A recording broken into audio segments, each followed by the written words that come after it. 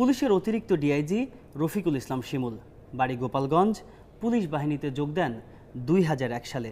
দুদকের আমলে নেওয়া এই অভিযোগে বলা হয়েছে, মৃত বাবাকে ভুয়া মুক্তিযোদ্ধা বানিয়ে কোটায় চাকরি পেয়েছিলেন তিনি। এই পুলিশ কর্মকর্তার বিরুদ্ধে স্থানীয়দের রয়েছে নানা অভিযোগ। গরম গরম রুটি, সাথে সুজির হালুয়া, দুর্দান্ত জুটি। তবে জুটি জমাতে চাই তীর আটা ময়দার সুজি, কারণ তীর ছাড়া আমার চলেই না। অভিযোগ থেকে আরও জানা যায়, তার অত্যাচারে বাড়ি ছেড়েছেন কেউ কেউ, মামলার ভয়ে দেশ ছাড়াও হয়েছেন।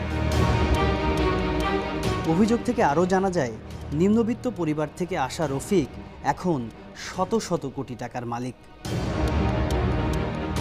বাংলো বাড়ি বানিয়েছেন গোপালগঞ্জের পাইককান্দিতে, যেখানে অন্তত 30-40 কোটি টাকা খরচ করেছেন। এছাড়াও